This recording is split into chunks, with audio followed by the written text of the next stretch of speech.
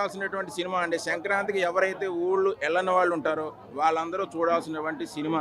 ఒక్కటే మాట, 5/5 రేటింగ్ ఇస్తా. రెండు పోర్షన్లు బాగున్నాయి. ఫస్ట్ హాఫ్, సెకండ్ హాఫ్ కామెడీగా ఉంటాయి. ఇంట్లో మనం ఫ్యామిలీతో ఎలా పంచి డైలాగులు వేసుకుంటామో అట్లా ఆ విధంగా పంచి డైలాగులు ఉంటాయి. ఇంతకన్నా ఇంకేం కావాలి మీకు? సాంగ్స్ మీకు తెలిసినవే. గోదావరి గట్టి మీద చించేశాడు, డింగ్ డాంగ్ అని ఒకటి ఉంటుంది, అది బాగుంది. వెంకటేష్ గారు పాడినటువంటి పాట అదిరిపోయింది. ఇంతకన్నా ఇంకేం చెప్పాలి?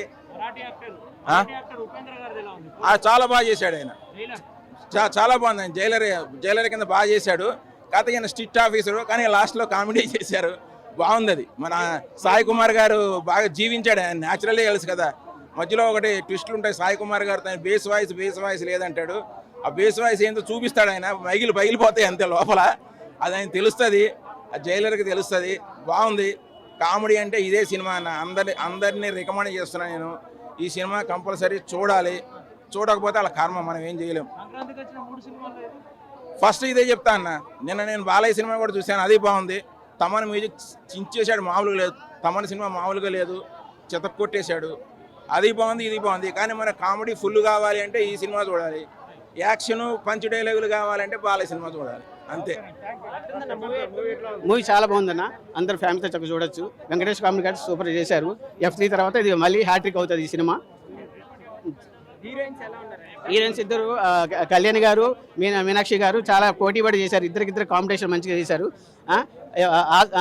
కామెడీ మాత్రం అద్దరు కొట్టారండి.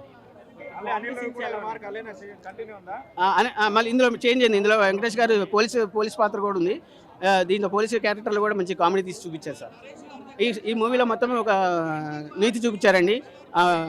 టీచర్ని ఎలా గౌరవించాలి అనే సీన్ లాస్ట్లో మంచిగా పెట్టి అందరికీ ఆకట్టుకున్నారు సార్. ఓవరాల్గా 5కి 4.5 అలా వస్తుంది సార్.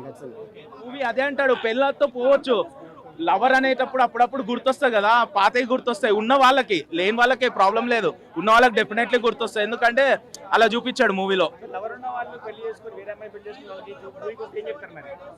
మ్యాక్సిమం నా సైడ్ అయితే లవ్ చేస్తే వాళ్ళనే ఎండ్ చేసుకోవాలి, అంటే వాళ్ళతోనే మ్యారేజ్ కావాలి. ఒకరు లవ్ చేసి ఇంకోని చేయదు, లేదా లవ్వే చేయొద్దు. అది నా ఒపీనియన్.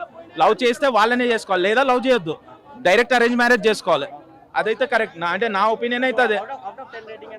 8.